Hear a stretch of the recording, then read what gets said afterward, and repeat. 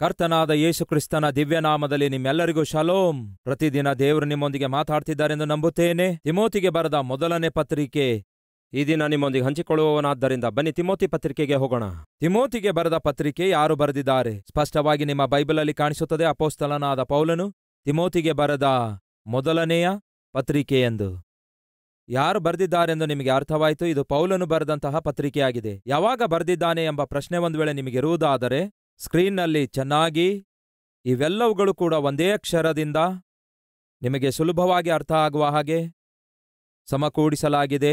ಯಾರು ಬರೆದಿದ್ದಾರೆ, ಯಾವಾಗ ಬರೆದಿದ್ದಾರೆ, ಯಾವ ಸ್ಥಳದಿಂದ ಬರೆದಿದ್ದಾರೆ, ಎಷ್ಟು ಅಧ್ಯಾಯಗಳಿವೆ, ಎಷ್ಟು ವಚನಗಳಿವೆ, ಎಷ್ಟನೇ ಪುಸ್ತಕ ಆಗಿದೆ, ಯಾವುದು ಮೂಲವಾಕ್ಯವಾಗಿದೆ ಎಂದು ಹೀಗೆ ಪ್ರತಿಯೊಂದು ಅಂಶವು ಸರಳವಾಗಿ ನೀವು ಅರ್ಥ ಮಾಡಿಕೊಳ್ಳುವುದಕ್ಕಾಗಿ ಸಮಕೂಡಿಸಲಾಗಿದೆ.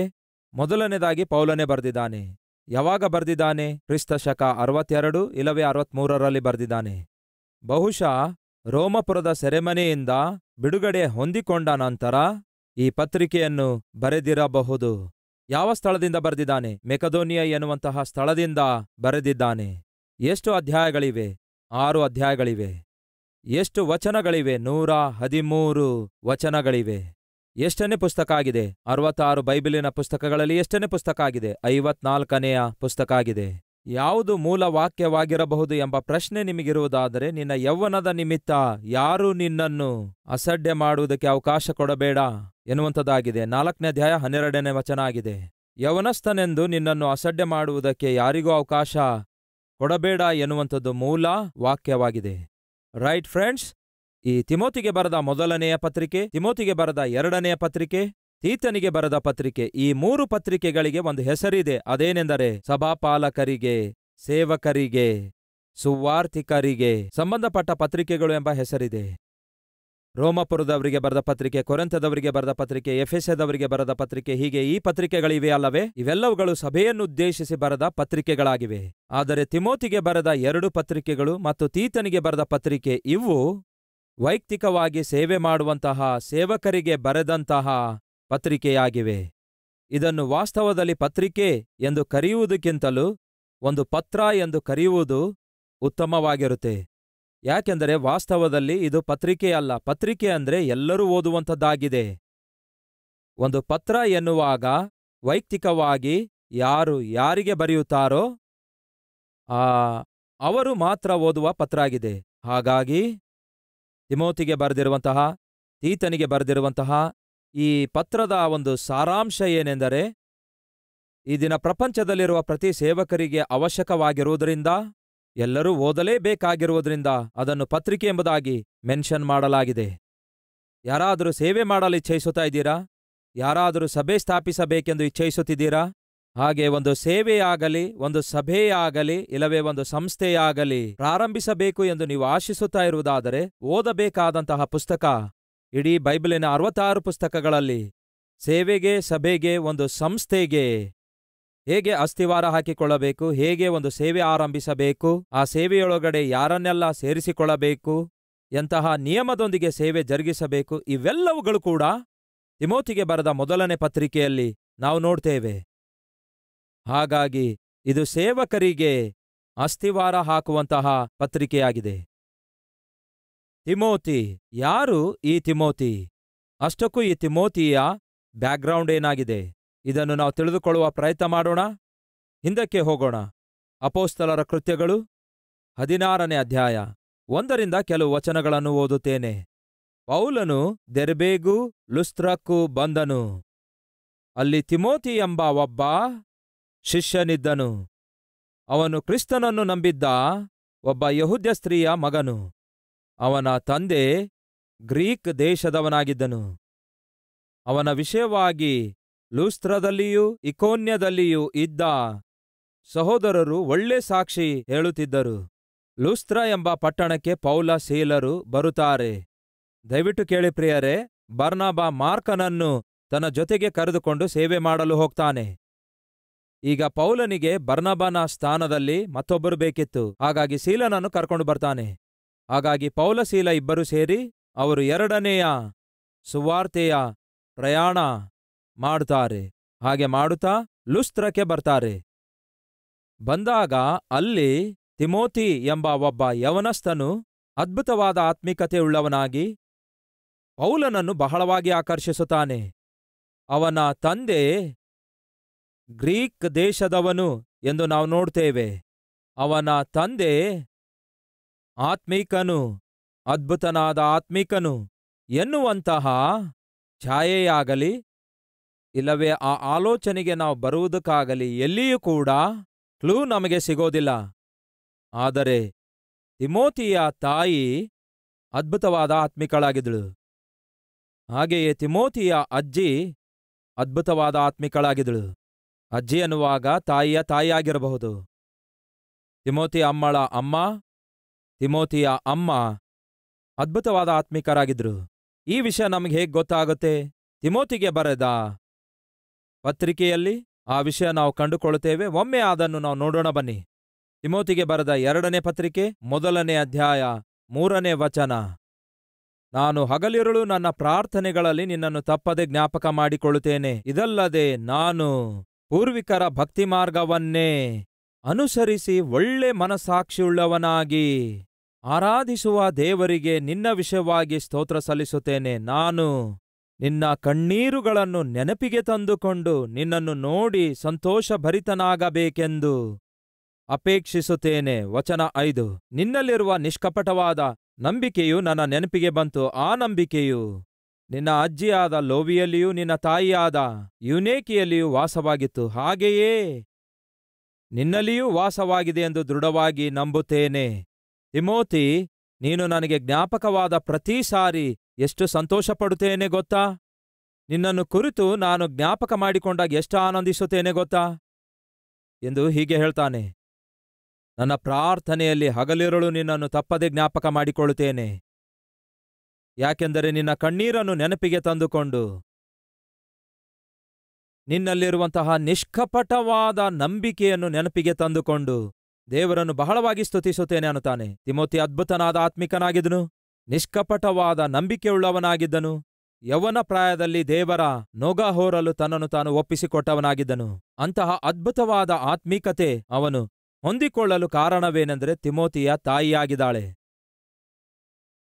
ಪ್ರಿಯ ಸಹೋದರ ಸಹೋದರಿಯರೇ,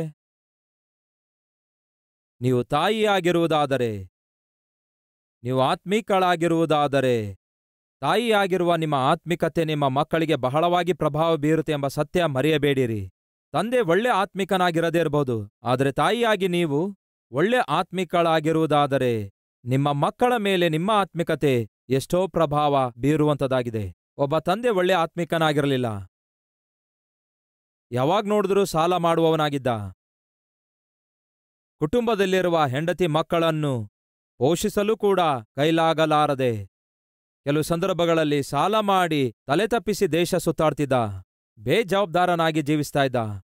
ಆದರೆ ತಾಯಿ ಬಹಳ ಪ್ರಾರ್ಥನೆ ಮಾಡುವವಳಾಗಿದ್ದಳು, ಬಹಳ ಆತ್ಮಿಕಳಾಗಿದ್ದಳು. ತಾನು ಹೆತ್ತ ಮಕ್ಕಳೆಲ್ಲರಿಗೋಸ್ಕರ ಗಂಟೆಗಳವರೆಗೂ ಮೊಳಕಾಲೂರಿದವಳಾಗಿ ಅವರ ಭವಿಷ್ಯಕ್ಕೋಸ್ಕರ ಪ್ರಾರ್ಥನೆ ಮಾಡ್ತಿದ್ಳು.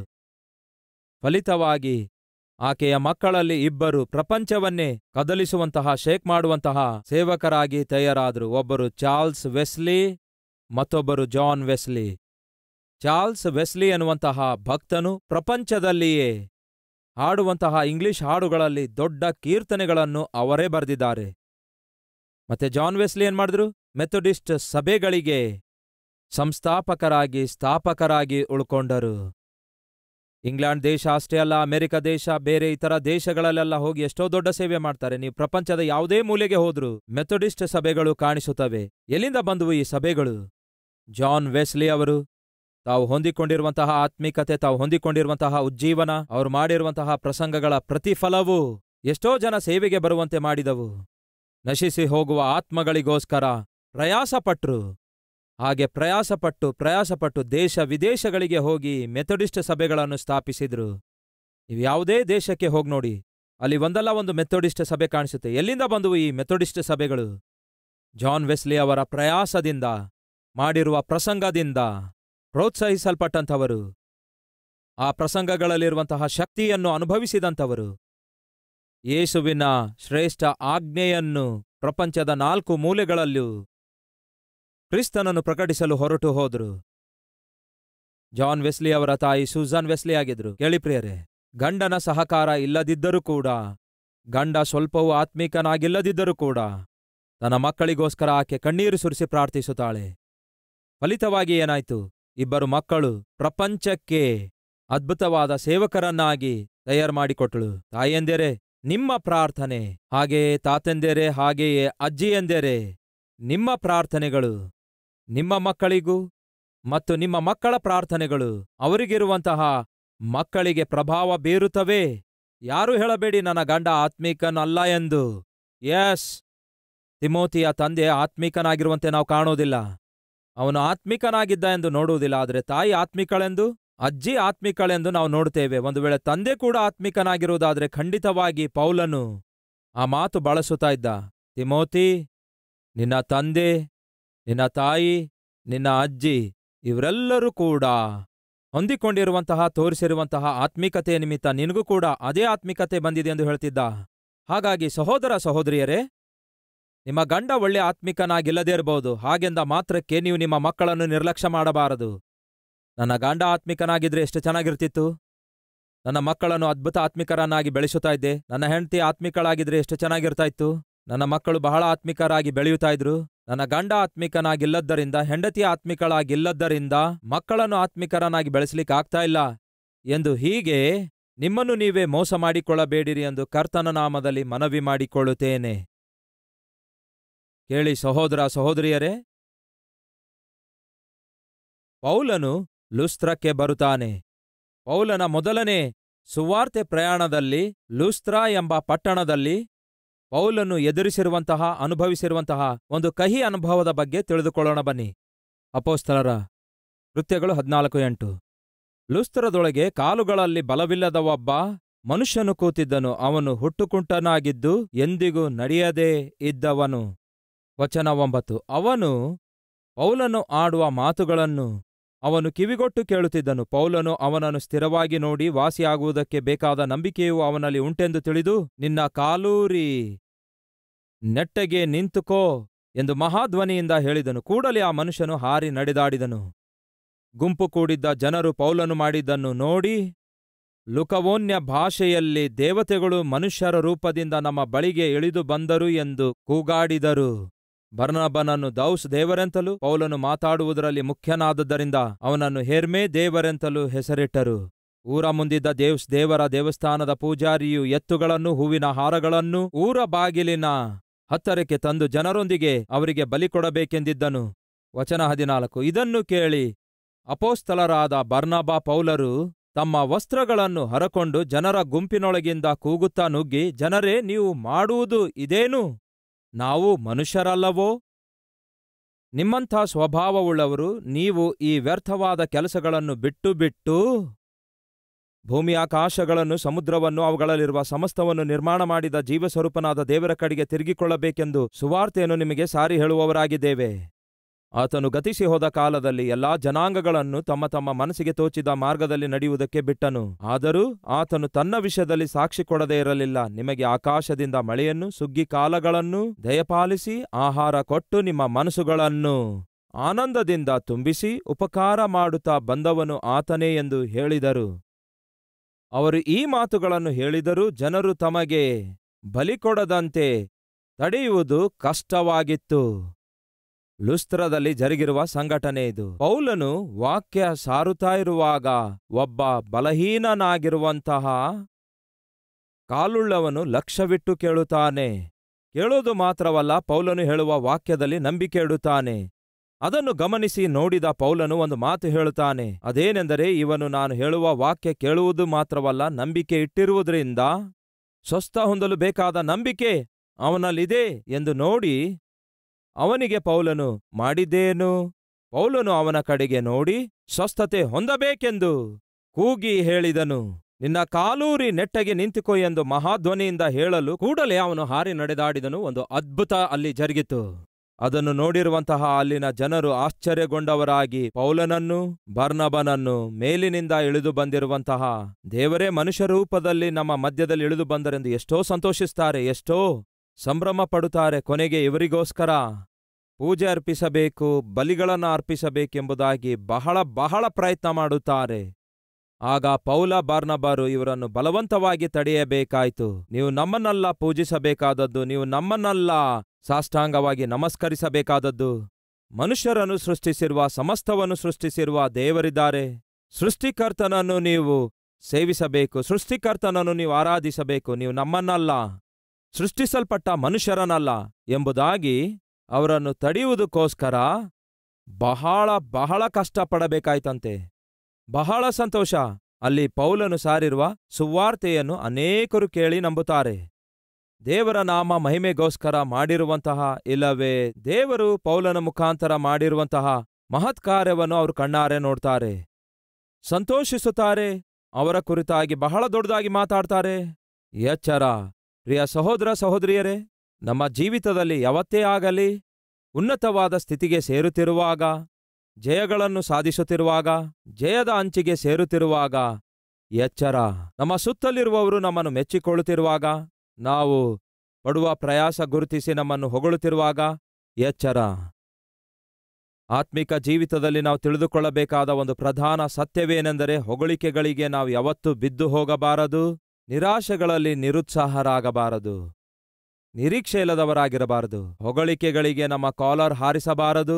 ಒಂದು ವೇಳೆ ಯಾರಾದರೂ ಪೊಗರಿನಿಂದ ನಿಮ್ಮನ್ನು ನಿಂದಿಸಿದರೂ ಅಥವಾ ಬೈದರೂ ನಿರಾಶೆಗೆ ನೀವು ಅವಕಾಶ ಕೊಡಬಾರದು. ಇದು ಜೀವಿತದಲ್ಲಿ ಬಹಳ ಬಹಳ ಅವಶ್ಯಕವಾಗಿದೆ. ಲುಸ್ತ್ರದಲ್ಲಿರುವ ಜನರು ಏನ್ ಹೇಳ್ತಾರೆ, ಇವರನ್ನು ನೋಡಿ ಸಾಕ್ಷಾತ್ ದೇವದೂತರೇ ಮನುಷ್ಯರ ರೂಪದಲ್ಲಿ ಇಳಿದು ಬಂದಿದ್ದಾರೆ ಅನ್ನುತ್ತಾರೆ. ಆ ದೇವರುಗಳೇ ಇವರು ಎಂಬುದಾಗಿ ದೇವರುಗಳೊಂದಿಗೆ ಹೋಲಿಸ್ತಾರೆ. ಹಾಗೆ ಹೋಲಿಸಿದ ನಂತರ ಜರುಗಿದೇನು? ಅಂತಿಯೋಕ್ಯದಿಂದಲೂ ಇಕೋನ್ಯದಿಂದಲೂ ಯಹೂದ್ಯರು ಬಂದು ಜನಸಮೂಹದವರನ್ನು ತಮ್ಮ ಕಡೆಗೆ ಸೇರಿಸಿಕೊಳ್ಳುತ್ತಾರೆ. ಇದೇನು ಪ್ರಿಯರೇ? ಲುಸ್ತ್ರದಲ್ಲಿರುವಂತಹವರು ಜನಸಮೂಹದವರು. ಆ ಪಟ್ಟಣದಲ್ಲಿರುವಂತಹ ಜನರು ಪೌಲನನ್ನು ಬರ್ನಬನನ್ನು ದೇವದೂತರೆಂದು ಭಾವಿಸುತ್ತಾರೆ, ಪೂಜಿಸಲು ಕೂಡ ಸಿದ್ಧರಾಗ್ತಾರೆ. ಹಾಗೆ ಹೀಗೆ ಅನ್ನುತ್ತಾರೆ. ಆದರೆ ಅಂತಿಯೋಕ್ಯದಿಂದಲೂ ಇಕೋನ್ಯದಿಂದಲೂ ಕೆಲವು ಜನ ಯಹೂದ್ಯರು ಬರ್ತಾರಂತೆ, ಬಂದು ಮಾಯ ಮಾತು ಹೇಳ್ತಾರಂತೆ. ಯಾರ ವಿರುದ್ಧವಾಗಿ? ಪೌಲನಿಗೂ ಹಾಗೆಯೇ ಬರ್ನಬನಿಗೂ ವ್ಯತಿರೇಕವಾಗಿ ಕೆಲವು ಮಾಯ ಮಾತುಗಳನ್ನು ಹೇಳ್ತಾರೆ. ಅವರು ಮಾಯೆಯ ಮಾತುಗಳನ್ನು ಹೇಳುವಾಗ ಲುಸ್ತ್ರದಲ್ಲಿರುವಂತಹ ಜನರು ಏನ್ ಮಾಡಬೇಕು ಹೇಳಿ? ನಿಮ್ಮ ಮಾಯೆ ಮಾತುಗಳಿಗೆ ನಾವು ಮೋಸ ಹೋಗುವವರಲ್ಲ, ಯಾಕೆಂದರೆ ಅವರು ಸಾರುತ್ತಿರುವ ಸುವಾರ್ತೆಯನ್ನು ನಾವು ಕೇಳಿದ್ದೇವೆ. ಆ ಕುಂಟನಿಗೆ ದೇವರು ಕಾಲು ಕೊಟ್ಟು ಯಾವ ರೀತಿ ತನ್ನ ಮಹಿಮೆ ತೋರ್ಪಡಿಸಿದ್ದಾರೆಂದು ನಾವು ಕಣ್ಣಾರೆ ನೋಡಿದ್ದೇವೆ. ನೀವು ಎಲ್ಲಿಂದಲೋ ಬಂದು ನಮಗ್ಯಾಕೆ ಮರಳುಗೊಳಿಸುವ ಪ್ರಯತ್ನ ಮಾಡ್ತಿದ್ದೀರಿ? ನಡೀರಿ ಇಲ್ಲಿಂದ ಎಂದು ಹೇಳಿದ್ದೇ ಆದ್ರೆ ಚೆನ್ನಾಗಿರ್ತಾ ಇತ್ತು. ಅದಕ್ಕೆ ಹೇಳ್ತಿದ್ದೇನೆ, ನಮ್ಮನ್ನು ಮೆಚ್ಚಿಕೊಳ್ಳುವಂಥವರು, ನಮ್ಮನ್ನು ಹೊಗಳುವಂಥವರು ಎಷ್ಟು ಕಾಲ ಹೊಗಳುತ್ತಾರೆ, ಎಷ್ಟು ಕಾಲ ಮೆಚ್ಚಿಕೊಳ್ತಾರೆ ಎಂಬ ಪ್ರಶ್ನೆ ನಿಮಗಿರುವುದಾದ್ರೆ ಇಲ್ಲಿ ನೋಡಿ ಏನಾಯ್ತೆಂದು. ಹೊಗಳಿದಂಥವರು, ಮೆಚ್ಚಿಕೊಂಡಂಥವರು ದೇವರೇ ಎಂಬುದಾಗಿ ಭಾವಿಸಿದಂಥವರು ಬೇರೆ ಯಾರೋ ಬಂದು 4 ತಪ್ಪು ಮಾತಾಡಿದ್ದ ಕೂಡಲೇ ಕೈಯಲ್ಲಿ ಕಲ್ಲು ತೆಗೆದುಕೊಳ್ತಾರೆ. ಪ್ರಿಯರೇ, ಯಾರನ್ನು ಹೊಡೆಯುವುದಕ್ಕಾಗಿ? ಪೌಲನನ್ನು ಹೊಡೆಯುವುದಕ್ಕಾಗಿ. ಏನಿದು ಪ್ರಿಯರೇ? ಜೈಕಾರ ಹಾಕಿದಂತಹ ಜನರು ಈಗ ಕೈಯಲ್ಲಿ ಪೌಲನಿಗೆ ಹೊಡೆಯುವುದಕ್ಕಾಗಿ ಕಲ್ಲನ್ನು ತೆಗೆದುಕೊಳ್ತಾರೆ. ಪ್ರಿಯರೇ, ಏನ್ ಜರುಗಿತು?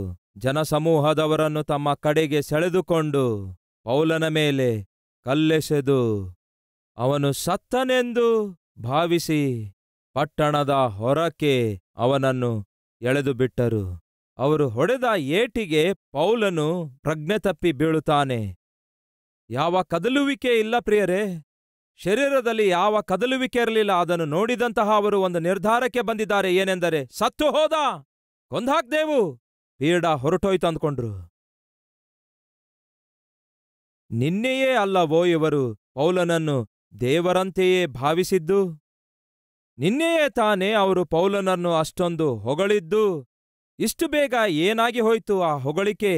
ಹೇಳಿದೆನಲ್ಲವೇ, ಹೊಗಳುವವರೊಂದಿಗೆ ಎಚ್ಚರವಾಗಿರಿ. ಅವರು ಖಾಲಿ ಚಮಚದಿಂದ ತಿನ್ನಿಸುತ್ತಾ ಇರ್ತಾರೆ.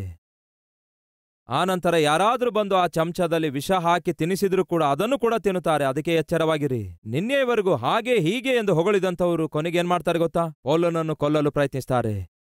ಸತ್ತು ಹೋಗಿದ್ದಾನೆ ಎಂದು ಭಾವಿಸಿ ಊರ ಹೊರಗಡೆ ಎಳೆದುಕೊಂಡು ಹೋಗ್ತಾರೆ. ಪ್ರಿಯರೇ, ಮತ್ತೊಮ್ಮೆ ಜ್ಞಾಪಕಗೊಳಿಸುತ್ತೇನೆ. ಒಂದು ಹಳ್ಳಿ ಊರಲ್ಲಿ ನಾಯಿ ಸತ್ತು ಹೋಗಿದೆ ಅಂದ್ಕೊಳ್ಳಿ, ಇಲ್ಲವೇ ಪಟ್ಟಣದಲ್ಲಿ ಕೂಡ ಆಗಿರ್ಬೋದು. ಒಂದು ನಾಯಿ ಸತ್ತಿರುವುದಾದ್ರೆ ಏನ್ ಮಾಡ್ತಾರೆ ಹೇಳಿ? ಅದರ ಕಾಲಿಗೆ ಒಂದು ಹಗ್ಗ ಕಟ್ಟಿ ಎಳೆದುಕೊಂಡು ಹೋಗಿ ಊರು ಹೊರಗಡೆ ಎಸೆಯುತ್ತಾರೆ. ಅದು ಸತ್ತಿರುವುದರಿಂದ ಅದನ್ನು ರೋಡ್ ಮೇಲೆಯೇ ಎಳೆದುಕೊಂಡು ಹೋದರೆ ಅದರ ಶರೀರ ಆ ರೋಡ್ ಮೇಲೆ ಇರುವಂತಹ ಆ ಕಲ್ಲುಗಳಿಗೆ, ಆ ಶರೀರಕ್ಕೆ ತಗುಲಿಕೊಂಡು ಹೋದ್ರೆ ಯಾವ ಬಾಧೆ ಇರೋದಿಲ್ಲ. ಯಾಕೆಂದ್ರೆ ಆ ಶರೀರ ಸತ್ತ ಶವವಾಗಿರುತ್ತೆ. ಈಗ ಊಹಿಸ್ಲಿಕ್ಕಾಗುತ್ತಾ? ಪೌಲನು ಸತ್ತನೆಂದು ಭಾವಿಸಿ ಅವನ ಕೈಗಾಗಲಿ ಕಾಲಿಗಾಗಲಿ ಒಂದು ಹಗ್ಗ ಕಟ್ಟಿ ಅವನು ಎಳೆದುಕೊಂಡು ಹೋಗ್ತಿರುವಾಗ ಬದುಕಿರುವ ಮನುಷ್ಯ ಎಷ್ಟು ಕಷ್ಟಪಟ್ಟಿರಬಹುದು ಒಮ್ಮೆ ಆಲೋಚಿಸಿರಿ. ಒಂದು ವೇಳೆ ಪ್ರಜ್ಞೆ ತಪ್ಪಿ ಬಿದ್ದಿರುವುದಾದ್ರೆ ಯಾವ ರೀತಿಯಾಗಿ ಆ ಪೌಲನ ಶರೀರವು ಆ ರಸ್ತೆಯ ಮೇಲಿರುವ ಕಲ್ಲುಗಳಿಗೆ ತಗಲಿ ಎಷ್ಟು ಗಾಯಗಳಾಗಿರಬಹುದು ಒಮ್ಮೆ ಆಲೋಚಿಸಿರಿ. ಇದು ಲುಸ್ತ್ರದಲ್ಲಿ ಸಂಭವಿಸಿರುವಂತಹ ಸಂಘಟನೆ. ಮೊದಲನೇ ಸಾರಿ ಅವನು ಲುಸ್ತ್ರಕ್ಕೆ ಬಂದಾಗ ಆ ಲುಸ್ತ್ರದಲ್ಲಿರುವಂತಹ ಪ್ರಜೆಗಳು ಹೇಗೆ ಟ್ರೀಟ್ ಮಾಡಿದರೆಂದು ಅರ್ಥ ಮಾಡಿಕೊಳ್ಳಿ. ಊರಿಗೆಲ್ಲ ಗೊತ್ತಾಯ್ತು ಪೌಲನು ಎನ್ನುವಂಥವನು ಬಂದಿದ್ದಾನೆ. ಬಂದು ಸುವಾರ್ತೆಯನ್ನು ಸಾರುತ್ತಾ ಇರುವಾಗ ಭಯಂಕರವಾಗಿ ಹೊಡೆದರು. ಸತ್ತು ಹೋದನೆಂದು ಭಾವಿಸಿ ಊರಾಚೆಗೆ ಎಸೆದು ಬಿಟ್ರು. ಆದರೆ ಸ್ವಲ್ಪ ಹೊತ್ತಾದ ನಂತರ ಪೌಲನು ಚೇತರಿಸಿಕೊಳ್ತಾನೆ, ತಿರುಗಿ ಎದ್ದೇಳ್ತಾನೆ. ಆಗ ಏನ್ ಮಾಡ್ಬೇಕು ಹೇಳಿ? ಏನಾಯ್ತು ನೋಡಿ, ಅದೇ ಅಧ್ಯಾಯ 20ನೇ ವಚನ. ಆದರೆ ಶಿಷ್ಯರು ಅವನ ಸುತ್ತಲೂ ನಿಂತುಕೊಂಡಿರುವಾಗ ಅವನು ಎದ್ದು, ಏನಂತೆ? ಅವನ ಶಿಷ್ಯರು ಅವನ ಸುತ್ತಲೂ ನಿಂತಿರುವಾಗ ಪ್ರಜ್ಞೆ ಬಂದವನಾಗಿ ಪೌಲನು ಎದ್ದೇಳ್ತಾನೆ. ಕೈಗಳಿಗೆ ಗಾಯ ಆಗಿವೆ, ಕಾಲುಗಳಿಗೆಲ್ಲ ಗಾಯ ಆಗಿವೆ, ಮೈಯೆಲ್ಲಾ ಗಾಯ ಆಗಿವೆ. ನಿಟ್ಟುಸಿರು ಬಿಟ್ಟವನಾಗಿ ಎದ್ದೇಳ್ತಾನೆ ಪ್ರಿಯರೇ. ಎದ್ದು ಶಿಷ್ಯರನ್ನು ನೋಡಿ, ಈ ಊರಿಗೆ ಬಂದು ನಾವು ತಪ್ಪು ಮಾಡಿದೆವು, ಅನವಶ್ಯಕವಾಗಿ ಬಂದೆವು, ಸಾವಿನ ಏಟು ತಿಂದೆವು. ಈ ಊರಿನ ಹೆಸರು ನೆನಪಿನಲ್ಲಿಟ್ಕೊಳ್ರಿ, ಲುಸ್ತ್ರ. ಆ ಹೆಸರು ನೆನಪಿನಲ್ಲಿಟ್ಕೊಳ್ರಿ. ಯಾಕೆ ಪೌಲಣ್ಣ ಇನ್ನೆಂದಿಗೂ ಇದರ ತಂಟೆಗೆ ನಾವು ಬರಬಾರದು? ಬದುಕಿದ್ರೆ ಎಲ್ಲೋ ಒಂದು ಕಡೆಯಲ್ಲಿ ಬಟಾಣೆಯಾದ್ರೂ ಮಾರಿ ತಿಂದು ಬದುಕೋಣ. ಈ ಲುಸ್ತ್ರ ಎನ್ನುವಂತಹ ಪ್ರಾಂತ್ಯ ಪಟ್ಟಣಕ್ಕೆ ಬರಕೂಡದು. ಶಿಷ್ಯರೇ, ನಿಮಗೆ ಅರ್ಥ ಆಯ್ತಲ್ಲ ಇಂತಹ ಪಟ್ಟಣಕ್ಕೆ ಬಂದ್ರೆ ಏನ್ ಮಾಡ್ತಾರೆ ಎಂದು? ನೆನಪಿನಲ್ಲಿಟ್ಕೊಳ್ರಿ. ಅಂದನೆಂದು ಭಾವಿಸುತ್ತೀರೋ? ಯಾವ ಪಟ್ಟಣದಲ್ಲಿ ಅವನು ವಾಕ್ಯ ಸಾರುತ್ತಾನೋ, ಯಾವ ಪಟ್ಟಣದವರು ಅವನಿಗೆ ಭಯಂಕರವಾಗಿ ಹೊಡೆಯುತ್ತಾರೋ, ಯಾವ ಪಟ್ಟಣದವರು ಅವನನ್ನು ಊರಾಚೆಗೆ ಎಳೆದು ಬಿಟ್ಟರೋ, ಪ್ರಜ್ಞೆ ಬಂದ ನಂತರ ಪೌಲನು ಏನ್ ಮಾಡಿದನು ಗೊತ್ತಾ? ಮತ್ತೆ ಅದೇ ಪಟ್ಟಣದೊಳಕ್ಕೆ ಹೋಗ್ತಾನೆ ಪ್ರೇರೆ. ಸಾಮಾನ್ಯನಲ್ಲ. ಯಾವ ಪಟ್ಟಣದವರು ಹೊಡೆಯುತ್ತಾರೋ ಅವರ ಬಳಿಗೆಯೇ ಹೋಗ್ತಾನೆ, ಅವರ ಮಧ್ಯೆಯೇ ಹೋಗ್ತಾನೆ. ಹೇಗೆ ಸಾಧ್ಯ ಆಯ್ತು ಪ್ರೇರೆ ಇದು? ಒಬ್ಬ ವ್ಯಕ್ತಿ ಇದ್ದಾನೆ ಒಂದು ಬೀದಿಯಲ್ಲಿ, ಆ ಕಡೆ ಹೋದ್ರೆ ಅವನು ಬೈತಾನೆಂದು ಗೊತ್ತಾದ್ರೆ ಆ ಬೀದಿಗೆ ನಾವು ಹೋಗಲ್ಲ. ಆಫೀಸಲ್ಲಿ ಒಂದು ಡಿಪಾರ್ಟ್ಮೆಂಟಲ್ಲಿ ಒಬ್ಬ ವ್ಯಕ್ತಿ ಇದ್ದಾನೆ, ಆ ವ್ಯಕ್ತಿಗೆ ನಿಮ್ಮನ್ನು ಕಂಡ್ರೆ ಆಗೋದಿಲ್ಲ ಎಂದು ತಿಳ್ಕೊಂಡಾಗ ಆ ಡಿಪಾರ್ಟ್ಮೆಂಟ್ ಒಳಗಡೆ ನೀವು ಹೋಗುವ ಪ್ರಯತ್ನ ಮಾಡಲ್ಲ. ಒಂದು ವೇಳೆ ಹೋದ್ರೂ ಅವನಿಲ್ಲದಿರುವಾಗ ಹೋಗ್ತೀರಿ. ಮದುವೆಯಲ್ಲಾಗಲಿ ಫಂಕ್ಷನ್ನಲ್ಲಾಗಲಿ ನೀವು ಎಲ್ಲಾ ಸಂಬಂಧಿಕರಿಗೆ ಭೇಟಿಯಾಗುವಾಗ ಒಬ್ಬ ನಿರ್ದಿಷ್ಟ ಸಂಬಂಧಿಕನಿಗೆ ನಿಮ್ಮನ್ನು ಕಂಡ್ರೆ ಆಗದೇ ಇರುವಾಗ ಅಂಥವರಿಗೆ ನಿಮ್ಮ ಮುಖ ತೋರಿಸಿ ಅವರಿರುವ ಕಡೆಗೆ ನೀವು ಹೋಗಲು ಪ್ರಯತ್ನಿಸೋದಿಲ್ಲ. ಯಾಕೆ ಅನಾವಶ್ಯಕವಾಗಿ ಮೂಡ್ ಆಫ್ ಮಾಡಿಕೊಳ್ಬೇಕನ್ನುತ್ತೀರಿ? ಮೂಡ್ ಆಫ್ ಮಾಡಿಕೊಳ್ಳಲು ಕೂಡ ನಾವಿಷ್ಟಪಡಲ್ಲ. ಆದರೆ ಏನೀ ಪೌಲನು ಲುಸ್ತ್ರದಲ್ಲಿ ಭಯಂಕರವಾಗಿ ಸಾಯುವಷ್ಟು ಹೊಡೆಯುತ್ತಾರೆ. ಊರಾಚೆಗೆ, ಪಟ್ಟಣದ ಆಚೆಗೆ ಎಸೆದು ಬಿಡುತ್ತಾರೆ. ಪ್ರಜ್ಞೆ ಬಂದಾಗ ಮತ್ತೆ ಲುಸ್ತ್ರದೊಳಗೆ ಹೋಗುತ್ತಾನೆ ಪ್ರಿಯರೇ. ಪಟ್ಟಣದೊಳಗೆ ಹೋಗಿ ಅಲ್ಲಿರುವಂತಹ ಆತ್ಮಿಕರನ್ನೆಲ್ಲ ಬಲಪಡಿಸಿ, ದಯವಿಟ್ಟು ಅರ್ಥ ಮಾಡಿಕೊಳ್ಳಿರಿ, ಒಂದು ಸತ್ಯ ನಿಮಗೆ ಹೇಳುತ್ತೇನೆ ಅನ್ನುತ್ತಾನೆ. ಯಾವುದು ಆ ಸತ್ಯ? ವಚನ 21ರಿಂದ. ಅವರು ಆ ಪಟ್ಟಣದಲ್ಲಿ ಸುವಾರ್ತೆಯನ್ನು ಸಾರಿ ಅನೇಕರನ್ನು ಶಿಷ್ಯರನ್ನಾಗಿ ಮಾಡಿದ ಮೇಲೆ ಲುಸ್ತ್ರಕ್ಕೂ ಇಕೋನ್ಯಕ್ಕೂ ಅಂತಿಯೋಕ್ಯಕ್ಕೂ ಹಿಂತಿರುಗಿ ಬಂದು ಶಿಷ್ಯರ ಮನಸ್ಸುಗಳನ್ನು ದೃಢಪಡಿಸಿದರು. ಕ್ರಿಸ್ತ ನಂಬಿಕೆಯಲ್ಲಿ ಸ್ಥಿರವಾಗಿ ಇರ್ರಿ ಎಂದು ಅನೇಕ ಶ್ರಮೆಗಳನ್ನು ಅನುಭವಿಸಿ ನಾವು ದೇವರ ರಾಜ್ಯದೊಳಗೆ ಸೇರಬೇಕೆಂಬುದಾಗಿ ಅವರನ್ನು ಎಚ್ಚರಿಸಿ ಧೈರ್ಯಗೊಳಿಸಿದರು. ದೇವರ ರಾಜ್ಯಕ್ಕೆ ನಾವು ಸೇರುವವರಾಗಿದ್ದೇವೆ. ಆದರೆ ಸೇರುವುದಕ್ಕಿಂತ ಮುಂಚೆ ಒಂದನ್ನು ಜ್ಞಾಪಕದಲ್ಲಿಟ್ಕೊಳ್ರಿ. ಅದೇನೆಂದರೆ ಅನೇಕ ಶ್ರಮೆಗಳು ನಾವು ಅನುಭವಿಸಬೇಕಾಗಿರುತ್ತದೆ. ಸಹೋದರ ಸಹೋದರಿಯರೇ, ಕೇಳ್ತಿದ್ದೀರಾ? ಕ್ರೈಸ್ತರ ಮತ್ತು ವಿಶ್ವಾಸಿಗಳ ದಾರಿ ಹೂವಿನ ದಾರಿಯಲ್ಲ. ಹೂವಿನ ದಾರಿಯಾಗಿದೆ ಎಂದು ಭಾವಿಸಿ ನೀವು ಬಂದಿರುವುದಾದರೆ ಸರಿಯಾದ ಅಭಿಪ್ರಾಯವಿಲ್ಲದೆ ನೀವು ನಂಬಿಕೆಯನ್ನು ತಂದುಕೊಂಡವರಾಗಿರುತ್ತೀರಿ. ಇದು ಹೂವಿನ ದಾರಿಯಲ್ಲ. ಬೈಬಲ್ ಹೇಳ್ತದೆ ಇದು ಇಕ್ಕಟ್ಟಾದ ದಾರಿಯಾಗಿದೆ. ಅನೇಕರು ಇದರಿಂದ ಹೋಗಲು ಬಯಸುತ್ತಾರೆ, ಆದರೆ ಅವರಿಂದ ಆಗೋದಿಲ್ಲ. ನರಕಕ್ಕೆ ಹೋಗುವ ಒಂದು ದಾರಿ ಇದೆ, ಅದು ಅಗಲವಾದ ದಾರಿ. ಯಾಕೆ ಅಗಲವಾದ ದಾರಿಯಾಗಿದೆ ಅಂದ್ರೆ ಅನೇಕರು ಆ ದಾರಿಯಲ್ಲಿ ಹೋಗ್ತಿದ್ದಾರೆ. ಸಹೋದರ ಸಹೋದರಿಯರೇ, ಈ ಇಕ್ಕಟ್ಟಾದ ದಾರಿಯಿಂದ ನಾವು ಹಾದು ಹೋಗಬೇಕಾದ್ರೆ ಎಲ್ಲದಕ್ಕೂ ಸಿದ್ಧವಾಗಿರಬೇಕು. ಎಷ್ಟೇ ಶ್ರಮೆ ಬಂದರು, ಎಷ್ಟೇ ಕಷ್ಟ ಬಂದರು, ಇಕ್ಕಟ್ಟು ಬಿಕ್ಕಟ್ಟು ಬಂದರು, ವ್ಯಾಧಿ ಬಾಧೆ ಬಂದರು, ಬೇರೆ ಏನೇ ಬಂದರು, ಹಿಂದಕ್ಕೆ ತಿರುಗಿ ನೋಡಲಾರದೆ, ಬೆನ್ನು ತೋರಿಸಲಾರದೆ ಮುಂದಕ್ಕೆ ಸಾಗುತ್ತಾ ನಮ್ಮ ನಂಬಿಕೆ ಹುಟ್ಟಿಸುವಾತನು, ಪೂರೈಸುವಾತನು ಆಗಿರುವ ಕ್ರಿಸ್ತನನ್ನೇ ನೋಡುತ್ತಾ ಮುಂದಕ್ಕೆ ಸಾಗಬೇಕು.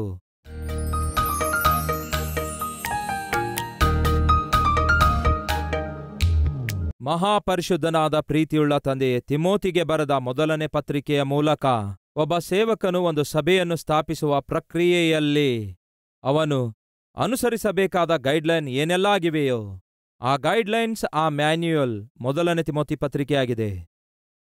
ದೇವರೇ, ಈ ಪತ್ರಿಕೆಯನ್ನು ಪ್ರತಿಯೊಬ್ಬ ಸೇವಕರು ಅನುಸರಿಸುವುದಾದರೆ ಅದ್ಭುತವಾದ ಸೇವೆ ಮಾಡಬಲ್ಲರು. ದೇವರೇ, ಅಂತಹ ಸೇವಕರು ನಾವಾಗಿರುವಂತೆ ನಮಗೆ ಸಹಾಯ ಮಾಡಿರಿ. ತಿಮೋತಿ ಎಷ್ಟೋ ನಂಬಿಗಸ್ತನಾದ ಶಿಷ್ಯನು, ಸೇವಕನೂ ಆಗಿದ್ದ. ಯಾವಾಗಲಾದರೂ ಯಾವುದೇ ಸಭೆಗೆ ಸಮಸ್ಯೆ ಬಂದಾಗ ತಿಮೋತಿಯೇ ಪೌಲನ ಮನಸ್ಸಲ್ಲಿ ಮೊದಲು ಬರುವಂತಹ ಶಿಷ್ಯನು. ಅದಕ್ಕೆ ಕಾರಣ, ಬಹು ನಂಬಿಗಸ್ತನಾಗಿದ್ದನು, ಸೈನಿಕನು, ತಾನು ನಂಬಿದ ಶಿಷ್ಯನೂ ಆಗಿದ್ದ. ಅಂತಹ ಸೇವಕನಾಗಿ ದೇವರೇ ನಾವಿರುವ ಹಾಗೆ ಸಹಾಯ ಮಾಡಿರಿ. ಸೇವೆಯನ್ನು ದೇವರೇ ಆ ರೀತಿಯಾಗಿ ಪ್ರೀತಿಸುವ ಮನಸ್ಸು ನಮ್ಮೆಲ್ಲರಿಗೆ ಅಂತಹ ಕೃಪೆ ದಯಪಾಲಿಸಿರೆಂದು ಯೇಸುವಿನ ನಾಮದಲ್ಲಿ ಬೇಡಿ ಹೊಂದಿದ್ದೇವೆ ತಂದೆಯೇ, ಆಮೇನ್.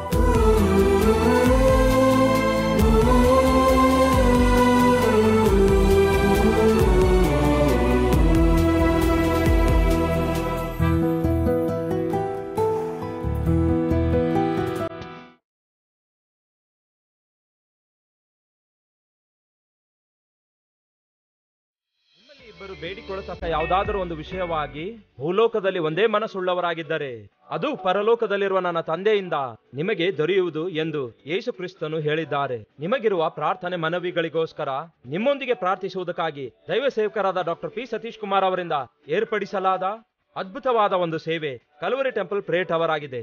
ನಿಮ್ಮ ಪ್ರಾಂತ್ಯ ಯಾವುದೇ ಆಗಿರಲಿ, ನಿಮ್ಮ ಭಾಷೆ ಯಾವುದೇ ಆಗಿರಲಿ, 24 ಗಂಟೆ ನಿಮಗೋಸ್ಕರ ಪ್ರಾರ್ಥಿಸುವ ಪ್ರಾರ್ಥನೆ ವೀರರು ಸಿದ್ಧವಾಗಿದ್ದಾರೆ. ಪ್ರತಿದಿನ 3,000ಕ್ಕೂ ಅಧಿಕ ಪ್ರಾರ್ಥನೆ ಮನವಿಗಳು ನಮಗೆ ಬರುತ್ತಾ ಇವೆ.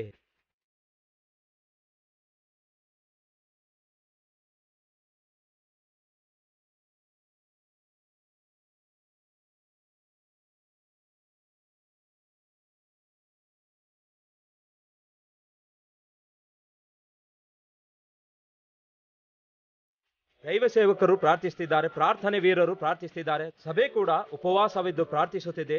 ದೇವರು ಅದ್ಭುತ ಕಾರ್ಯಗಳನ್ನು ಮಾಡ್ತಿದ್ದಾರೆ. ಈಗಲೇ ಸ್ಕ್ರೀನ್ ಮೇಲೆ ಕಾಣಿಸುವ ನಂಬರಿಗೆ ಫೋನ್ ಮಾಡಿ ನಿಮಗಿರುವ ಸಮಸ್ಯೆಗಳಿಗೋಸ್ಕರ ನಮ್ಮೊಂದಿಗೆ ಸೇರಿ ಪ್ರಾರ್ಥಿಸಿರಿ.